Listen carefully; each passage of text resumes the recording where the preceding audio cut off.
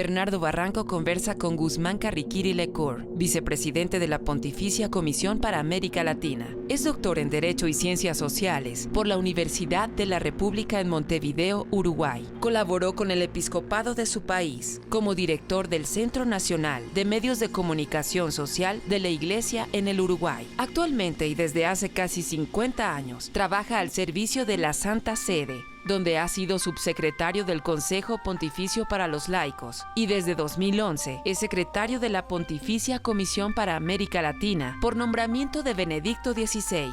Es autor del libro El Bicentenario de la Independencia de los Países Latinoamericanos, con prólogo de Jorge Mario Bergoglio, un volumen que permite analizar las razones que llevaron a la emancipación de estas naciones, además de enfrentar el legado que dejó y los retos que hoy debe afrontar el continente. Guzmán Carriquiri es uno de los laicos con mayor responsabilidad en el Vaticano. Bienvenidos a Sacro y Profano, una emisión sobre el impacto, la fuerza que tiene lo religioso en nuestra cultura, en nuestra sociedad, en nuestra manera de pensar. Estamos en Roma y estamos conversando con un laico latinoamericano uruguayo, Guzmán Carriquiri, quien tiene cerca de 50 años como funcionario del más alto nivel aquí en Roma, en la estructura de la Santa Sede. Y es por eso que yo agradezco mucho, Guzmán, el haber accedido a esta entrevista para conversarnos en concreto sobre el Papa Francisco y América Latina, sus viajes, su intencionalidad y sobre todo la manera en cómo el continente le ha abierto el corazón a un Papa latinoamericano.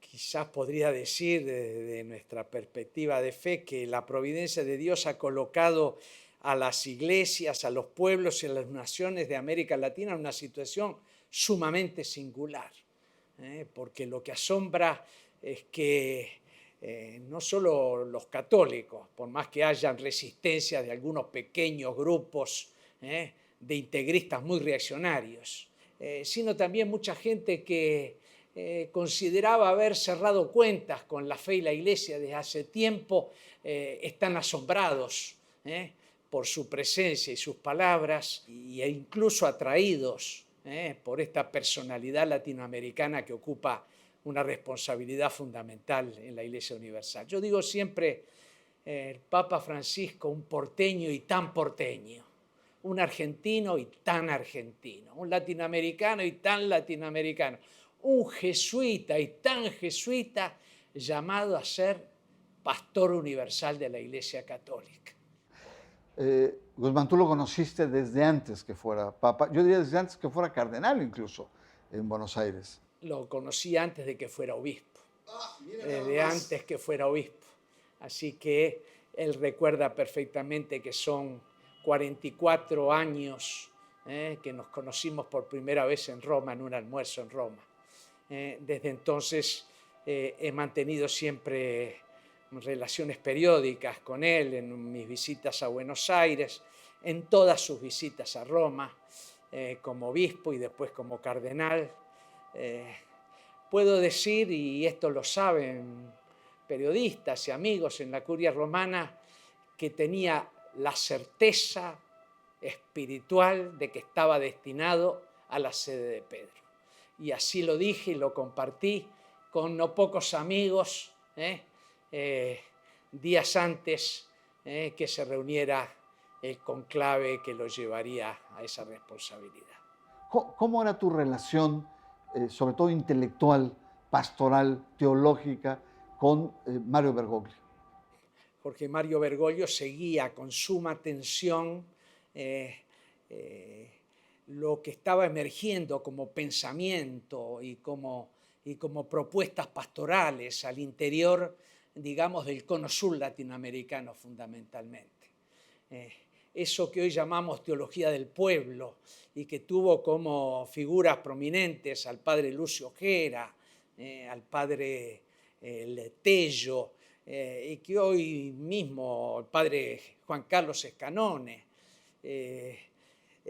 y que de alguna manera se vinculaba con la figura de ese laico muy genial que fue mi maestro y amigo uruguayo Alberto Metol Ferré, con algunos sacerdotes del movimiento de Schoenstatt en Chile, ese mundo que tuvo un influjo muy importante en la Conferencia de Puebla, en la tercera Conferencia General del Episcopado de Puebla, sobre todo en sus aspectos más creativos, de evangelización de la cultura y de la religiosidad popular. A ese mundo el padre Bergoglio seguía con suma atención, y a través de amigos comunes es como nos conocimos. Como establecimos esa relación. Yo, años antes de la Quinta Conferencia General de Aparecida, que ha marcado rumbos en América Latina, que de alguna manera ha sido un jalón fundamental en ese camino que llegaba Bergoglio hacia el pontificado, y que ha concluido las fases de polarizaciones dentro del catolicismo latinoamericano, ha llevado a un momento de sinergia, de comunión muy fuerte entre las distintas almas del catolicismo latinoamericano. Años antes, viendo cómo había cambiado, evolucionado América Latina, dije, es necesario intentar dar una visión sintética global de la situación de América Latina de a fines de los años 90. Y allí escribí ese libro, Una apuesta para América Latina, y le pedí al cardenal Bergoglio que me lo prologara. Pero después escribí otro libro sobre el bicentenario de la independencia de los países latinoamericanos, también me prologó.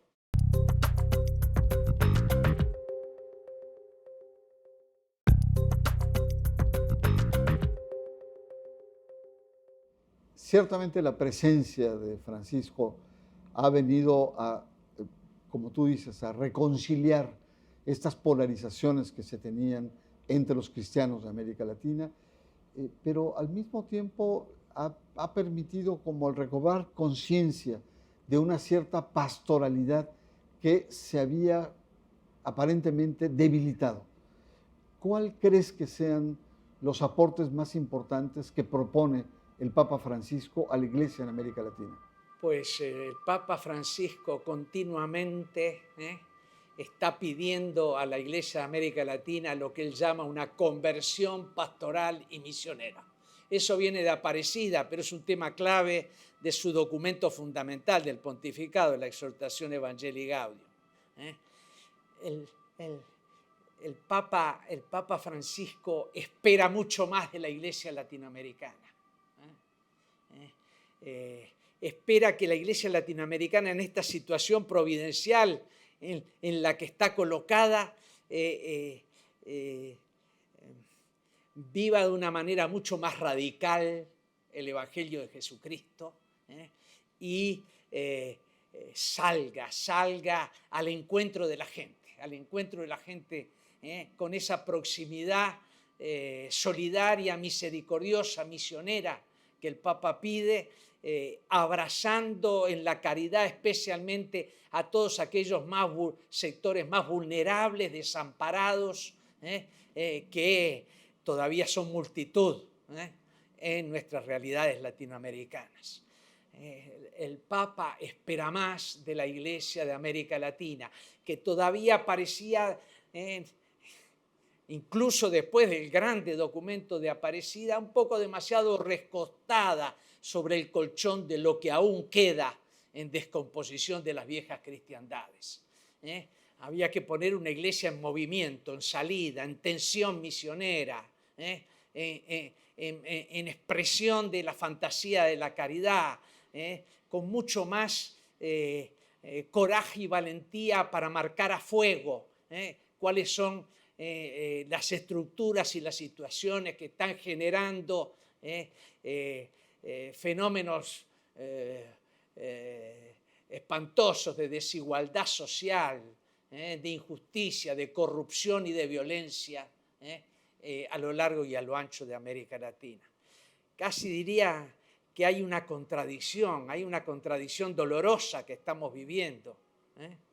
La situación que está viviendo América Latina precisamente en tiempos del primer pontífice latinoamericano. Evidentemente uno de los grandes retos también es el ascenso de movimientos evangélicos, principalmente pentecostales y neopentecostales, cuya propuesta probablemente es más cálida y afectiva porque acoge a la gente, les da nombre y apellido, hay un acompañamiento, pero al mismo tiempo es una propuesta en algunos casos extremadamente conservadora y que tiene también consecuencias políticas. Lo estamos viendo en Brasil con en la postura de los evangélicos frente a Lula, lo estamos viendo, casi llega a la presidencia en Costa Rica, en Centroamérica. Estos movimientos tienen una presencia notable, ya con una posición política en cámaras importantes. Y la oferta que hacen es el control corporativo del voto, que en tiempos electorales es fundamental. Y esto empieza a tener consecuencias serias, graves, en lo que sería la configuración, digamos, de la diversidad y la tolerancia religiosa en nuestros países. Hay polos cada vez más fuertes. Y es uno de los reproches que le hacen los europeos a las iglesias latinoamericanas. ¿Cómo ves esta perspectiva en la óptica de Francisco? Bueno, la gran irrupción y el gran desarrollo pujante de evangélicos, de neopentecostales, desde los años 60 hasta la actualidad. En la actualidad ese desarrollo parece más sedimentado que con la fuerza que tuvo en décadas anteriores. Pero de todas maneras con una presencia muy importante de estas comunidades que para la Iglesia significa la exigencia de un examen de conciencia para la Iglesia Católica muy a fondo. ¿Qué es lo que le ha faltado a la Iglesia Católica en medio de nuestros pueblos? ¿Qué es lo que le ha faltado a nuestras comunidades católicas, a nuestra catequesis, a nuestra evangelización, para de que muchos bautizados en la Iglesia Católica hayan hecho esa migración hacia las comunidades cálidas del evangelismo y de neopentecostales? Eso es una materia de revisión muy cierta. No basta simplemente acusar estas comunidades como el brazo largo del imperialismo religioso, mientras ellas nos acusan a los católicos como la Babilonia en América Latina. No, esa revisión es fundamental. Es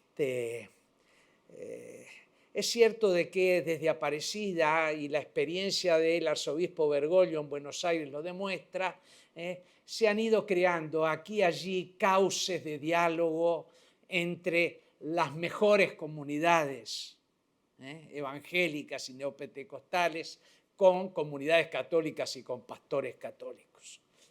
Eso es importante. Pero como dices, estas comunidades funcionan muchas veces como corporaciones, con el voto político asegurado, maniatado, al mismo tiempo que se manejan con una teología de la prosperidad en donde volvemos a leer todo aquello de Weber, de Sombart, y del protestantismo en los orígenes, del capitalismo, en el sentido de la predestinación, y la riqueza como signo de la predestinación divina. Pues bien, estas comunidades muchas veces se transforman en polos políticos importantes en muchos países de América Latina. Hay aspectos como la defensa de la vida, la defensa de la familia, la defensa del matrimonio entre varón y mujer, que va a encontrar a estas comunidades en sintonía con el magisterio de la Iglesia Católica. Pero estas comunidades por lo general no manifiestan ninguna sensibilidad por muchas otras gravísimas cuestiones y problemas que están sufriendo los pueblos latinoamericanos.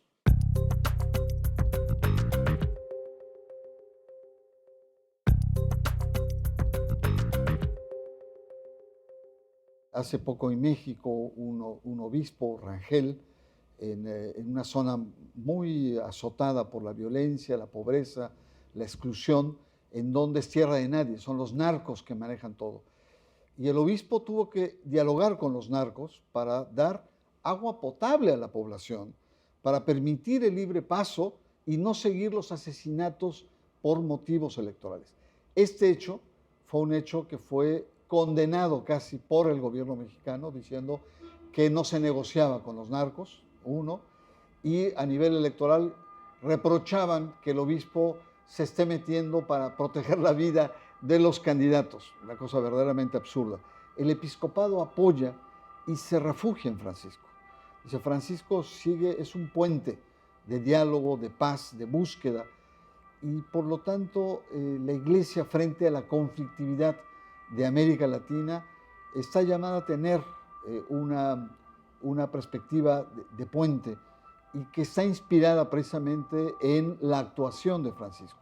¿Cómo ves esta situación? Me gustaría recordar que después de él, los regímenes militares de seguridad nacional que implantaron formas terribles de represión en los países latinoamericanos, lo peor fueron los millares de desaparecidos en la Argentina, y esto lo vivió y lo sufrió el padre Bergoglio en carne propia. La Iglesia jugó un papel muy importante, un poco por doquier, con más incivilidad, con menos, pero jugó un papel muy importante como mediación, facilitadora de la democratización en muchos países latinoamericanos. Eso me parece importante recordarlo. Pero lo de Francisco que dices me parece importantísimo. Hay una frase que de alguna manera sintetiza esas ideas que estás expresando. El Papa Francisco repite siempre: hay que construir puentes y no levantar muros. Hay que construir puentes y no levantar muros. Qué lindo es decirlo esto a un mexicano, porque ante muchas cosas que están pasando en América del Norte, todo buen latinoamericano se pronuncia como todos somos mexicanos. Guzmán, ¿cómo perciben acá en el Vaticano el tema de la violencia a la Iglesia, particularmente en México? Simplemente en este mismo sexenio ha habido más de 20 asesinatos a curas. En los últimos 3 sexenios, desde el asesinato del cardenal Posadas en 93, estamos hablando de 60 asesinados. Hoy, después de los periodistas, después de los taxistas, ser sacerdote es una profesión de alto riesgo en nuestro país. Tú no te olvidarás que América Latina y la Iglesia Católica en América Latina tienen una larga historia de asesinatos de pastores, de sacerdotes, de catequistas, entre los cuales muchos de ellos mártires de la Iglesia. Pero lo que llama la atención es cómo se está concentrando en México, no solo en México, pero especialmente en México, esta violencia. Es difícil explicársela, no arriesgaría a decir cuál es la interpretación aquí en ámbitos de la Santa Sede. Son hipótesis que uno piensa posibles, pero tendríamos que tener más elementos del episcopado mexicano y de los pensadores mexicanos que ayuden a reflexionar a todo el país, a debatir en todo el país, y ayuden también a la Santa Sede a entender qué es lo que está pasando en este sentido. Ciertamente uno quiere pensar, desea pensar, de que hay muchos sacerdotes mexicanos muy próximos a los sufrimientos, a los anhelos del propio pueblo y de la propia gente sencilla y de la propia gente sufrida, que comparte esos sufrimientos, esos desvelos cotidianos. Tú abordaste el tema del muro, que eras como música más que agradable para los oídos mexicanos, sobre todo cuando el Papa en el avión de regreso a Roma, en México, en esta visita de febrero del 2016, dijo: un cristiano no es aquel que levanta muros, ¿no? En clara alusión a la postura que tenía el candidato en ese momento, Donald Trump. Pero hay muchos otros muros. Hay otros, muy claro, por supuesto. Lo que se percibe es al Papa como un gran líder moral a nivel mundial, como un gran contrapeso, ¿no? Con una sensibilidad por los derechos humanos, por la paz, la no violencia, los valores esenciales de la humanidad, frente al surgimiento de posturas excesivamente nacionalistas, mezquinas en cierto sentido, como sería la representada por Donald Trump, que particularmente nosotros los mexicanos sentimos permanentemente agredidos por sus declaraciones, sus tweets, sus actitudes, incluso sus gestos verbales, no verbales. Cuando uno siente palabras que denigran a nuestros hermanos hispanos, en particular al 60% de los hispanos que son mexicanos en Estados Unidos, gente sacrificada, que ocupa muchas veces los trabajos del sector terciario más sacrificados, y que tanto quieren a su familia, a su terruño, a su patria, que viviendo en condiciones difíciles ahorran aún para mandar enormes remesas al propio país. Y cuando uno advierte también de que el Tratado del Atlántico Norte se plantea su renegociación moviendo fichas de chantaje. Yo he dicho ya en alguna otra oportunidad, y lo repito con gusto, los latinoamericanos, los honestos latinoamericanos, somos todos mexicanos. Me gustaría preguntarte sobre la impronta que está dejando el Papa Francisco. En el caso mexicano, quizá la imagen mayor es el Papa en la catedral sacudiendo fuertemente a los obispos, diciendo: salgan de esta zona de confort, ¿no? De esta convivencia con los carros de fuego, con los príncipes del poder, acérquense a la historia, ¿no?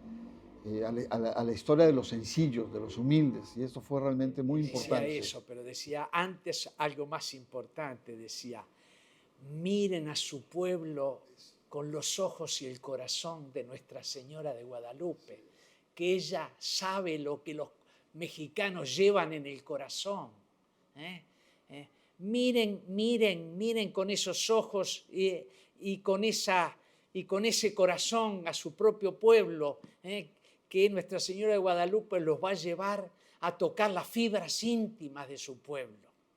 Y después a todos los obispos, no solo a los mexicanos, a todos los obispos a nivel mundial, pero también especialmente a los latinoamericanos, les habla de conversión pastoral. Y yo no falto el respeto a ningún obispo, que a todos quiero bien, cuando pienso que conversión pastoral se traduce antes que nada en conversión de los pastores. Conversión de los pastores. El Papa está dando un testimonio, un ejemplo de lo que quiere de los pastores hoy día.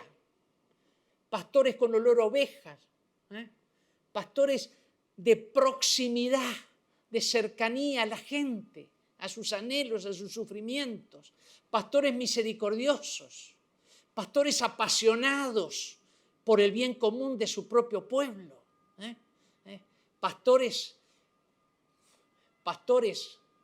que, como el último de los bautizados, están llamados a vivir todos los días un renovado encuentro con Cristo para que todo lo demás sea posible, para que todas las demás energías de conversión, de solidaridad y de comunión sean posibles.